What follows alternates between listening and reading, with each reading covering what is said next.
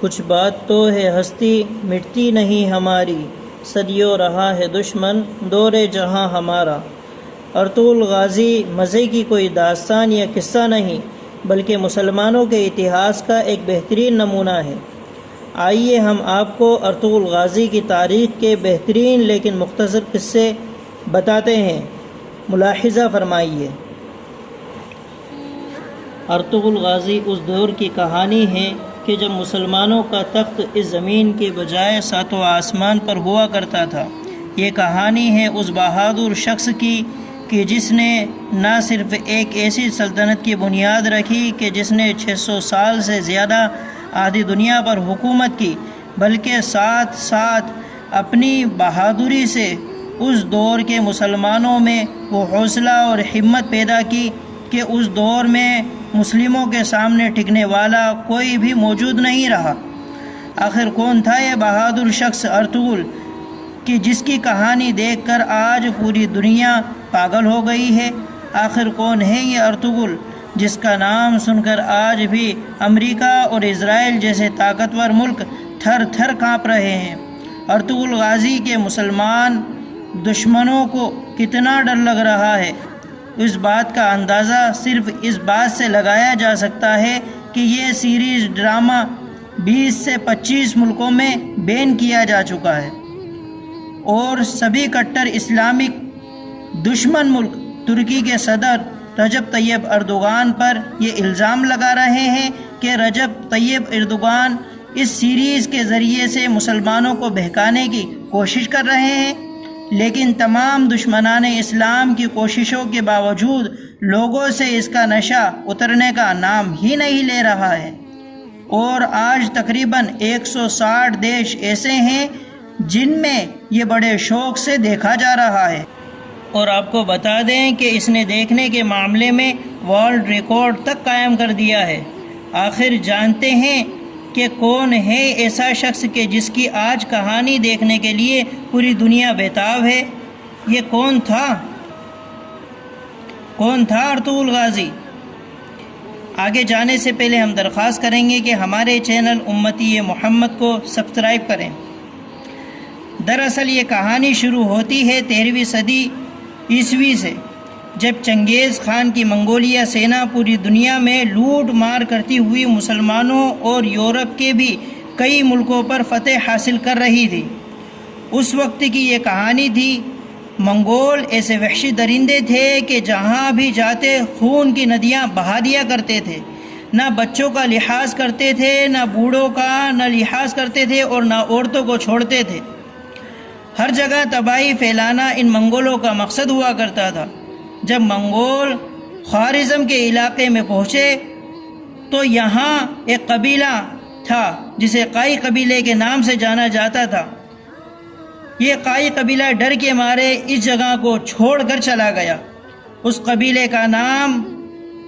قبیلے کا سردار تھا سلیمان شاہ۔ سلیمان شاہ کے 4 بیٹے تھے۔ تیسرے نمبر کے بیٹے کا نام ارطغرل غازی تھا، اور یہی وہ بیٹا تھا جس کے اوپر ڈرامہ سیریز کو بنایا گیا ہے، اور یہ وہ جاباز ہستی ہے جس کے کردار کو اس سیریز میں دکھایا گیا ہے۔ سلجوق کی سلطنت کی شہزادی حلیمہ سلطانہ اور اس کے بھائی اور اس کے باپ کو عیسائیوں نے قید کر لیا تھا۔ جنگل کے راستے سے جب عیسائی ان کو محل لے جا رہے تھے تبھی وہ لوگ ارطغرل غازی کے ہتھے چڑھ گئے۔ ارطغرل نے شہزادی حلیمہ اور اس کے باپ اور اس کے بھائی کو عیسائیوں سے چھڑوا لیا۔ بس یہیں سے شروعات ہوتی ہے اس جاباز غازی کی۔ اس گھٹنا کے بعد کئی بار اس قبیلے پر عیسائیوں کی طرف سے طرح طرح کی پریشانیاں آنے لگی، مگر ارطغرل غازی نے بڑی ہی دلیری کے ساتھ ان پریشانیوں کا ڈٹ کر مقابلہ کیا۔ ارطغرل غازی کا جو سب سے بڑا دلیری اور ہوشیاری کا کام تھا وہ یہ تھا کہ اس نے عیسائیوں کے اس قلعے کو ہی فتح کر لیا تھا جہاں سے مسلمانوں کے خلاف سازشیں تیار ہوا کرتی تھی۔ اس قلعے میں بڑے بڑے عیسائی پادری مل کر مسلمانوں کے خلاف ایک عالمی جنگ کو سازش رچ رہے تھے۔ لیکن ارطغرل غازی اپنی بہادری کے ساتھ ان کے تمام ارادوں پر پانی پھیرتا چلا گیا۔ جب ارطغرل غازی نے اس قلعے کو فتح کر لیا تو مسلم اور غیر مسلم سلطنتوں میں ارطغرل کی دلیری اور بہادری کا ڈنکا زور و شور سے ہر طرف بجنا شروع ہو گیا، اور یہیں سے ارطغرل غازی نام کا ایک ایسا طوفان اٹھا جو پوری دنیا میں دشمنان اسلام اڑتے چلے گئے۔ ایک بار کی بات ہے کہ دریائے فرات کو پار کرتے ہوئے کائی قبیلہ کے سردار ارطغرل غازی کے والد یعنی سلیمان شاہ دریا میں ڈوب کر انتقال کر گئے۔ اس کے بعد قبیلے والوں نے ارطغرل کو اپنا سردار چن لیا، کیونکہ ظاہر ہے کہ ارطغرل جیسا بہادر اس کے باپ کے بعد کوئی نہیں بچا تھا۔ ارطغرل غازی کی سرداری میں جب قبیلے نے بہت ترقی کی، اس ترکی قبیلے نے اناطولیہ کی طرف رخ کر لیا۔ ارطغرل کے دو بھائی ان سے الگ ہو گئے تھے، جبکہ ارطغرل اپنے چھوٹے بھائی کے ساتھ سفر پر نکل پڑا۔ بیچ سفر میں ارطغرل نے دیکھا کہ دو سینا جنگ کر رہی ہے۔ ایک سینا بڑی کمزور ہے اور دوسری سینا مضبوط ہے۔ کمزور والی سینا ہارنے کی کگار پر آ پہنچی تھی، تو ارطغرل غازی نے ہارتی ہوئی سینا کا ساتھ دیا۔ یہ جنگ تھی سلجوق اور منگولوں کے بیچ، مگر یہ بات ارطغرل کے علم میں نہیں تھی۔ منگولوں کی فوج علاء الدین کی فوج کو شکست دینے ہی والی تھی کہ اچانک ارطغرل اپنے 404 بہادر جنگجو کے ساتھ سلجوق فوج میں مل گیا اور منگولوں کو اس طرح مارا کہ منگول اپنے ہی ساتھیوں کی لاش چھوڑ کر میدان سے بھاگ گئے۔ علاء الدین منگول کے ہاتھوں اپنی شکست یقینی سمجھ رہا تھا، لیکن ارطغرل کی مدد سے ایسا خوش ہوا کہ ارطغرل کو شہر امبورا یا شہر انکارا کی طرف جاگیر عطا کر دی۔